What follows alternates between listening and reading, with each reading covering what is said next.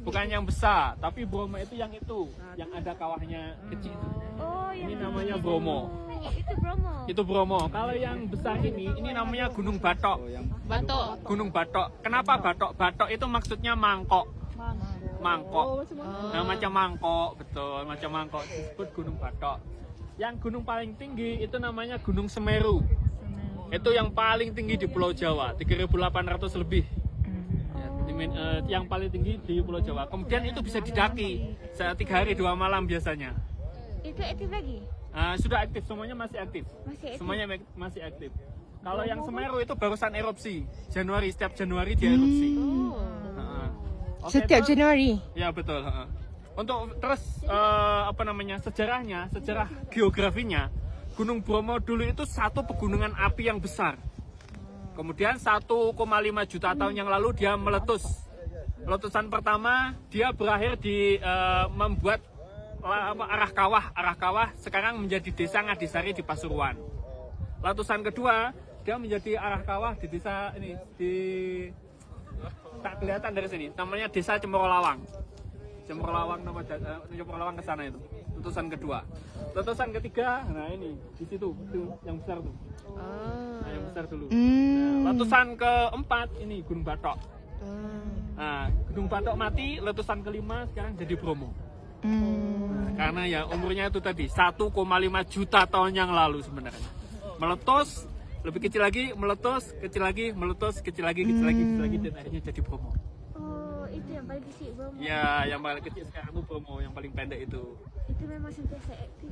Betul. Oke, terus selanjutnya yang di bawah kita itu viewpoint King Kong. Itu yang ramai itu orang tuh. Ini yang ramai King Kong.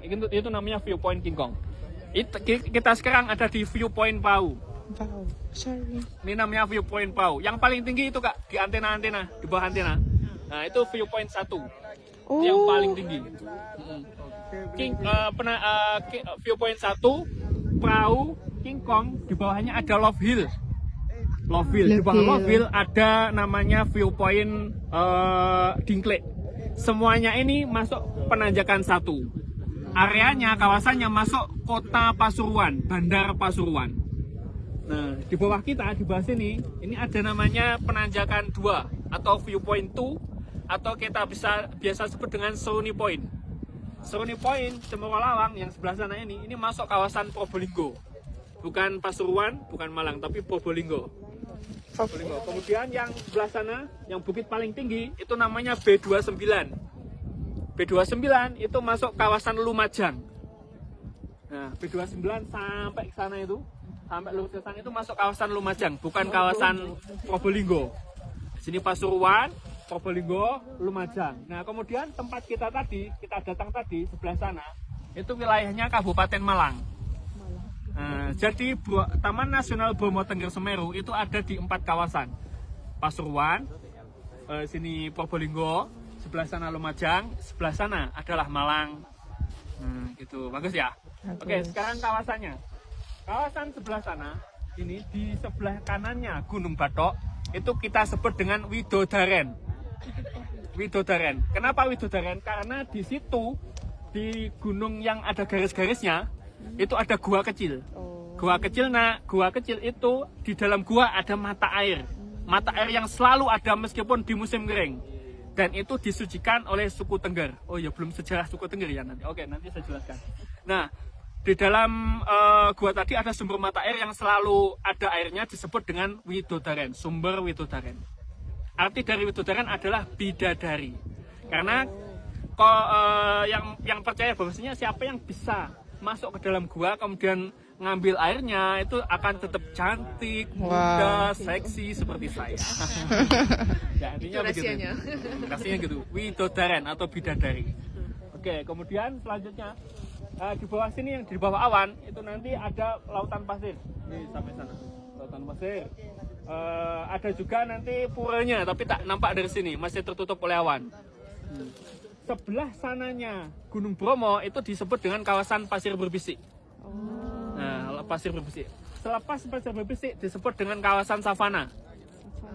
Tempat kita tadi malam itu kita lewat situ, cuma tak nampak. Nah, gitu ya. Nah, di savana itu ada spot tiga favoritnya. Yang pertama adalah Bukit Teletubbies. Yang kedua adalah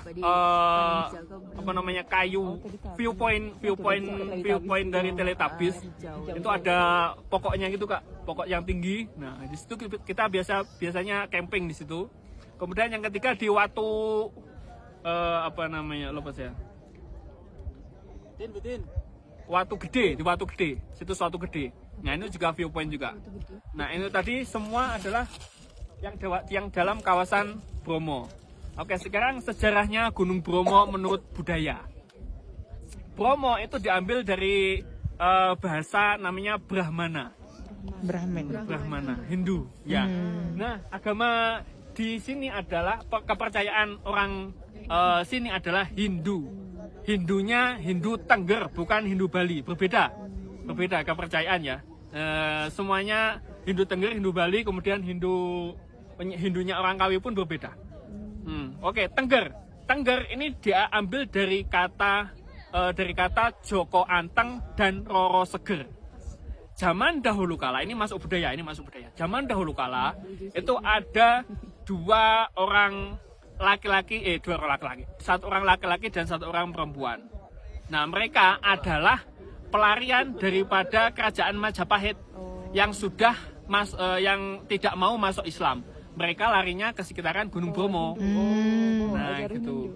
Nah, ketika waktu itu Bromo ini masih berbahaya.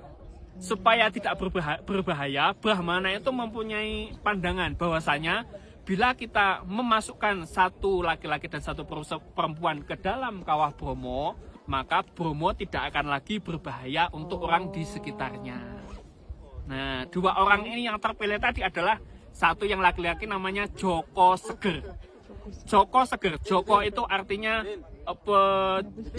perjaka yang kuat, yang tangguh, ininya gitu. Perjaka itu laki-laki yang belum menikah. Ya. Kemudian Roro Anteng itu artinya perempuan yang cantik dan tenang dan gemulai. Nah, lemah lembut. Nah, macam. Jadi dua orang ini mereka sebagai ya dikorbankan untuk menenangkan Gunung Bromo supaya tidak berdampak negatif kepada masyarakat sekitar. Dan itu terbukti, Bromo tidak pernah berdampak negatif kepada masyarakat sekitar. Ya. Ya, nah makanya disebut dengan suku Teger. Diambil dari kata itu tadi. Roro Anteng dan Sego Teger. Nah, orang-orang yang ada di sini disebut dengan orang Tengger. Gitu ya. Oke, sudah? Ada yang mau ditayangkan? Ya, nggak tahu apa. Ya, sudah paham ya tentang budayanya sama sejarah geografisnya ya. Oke, sekian dari saya. Terima kasih. Ya.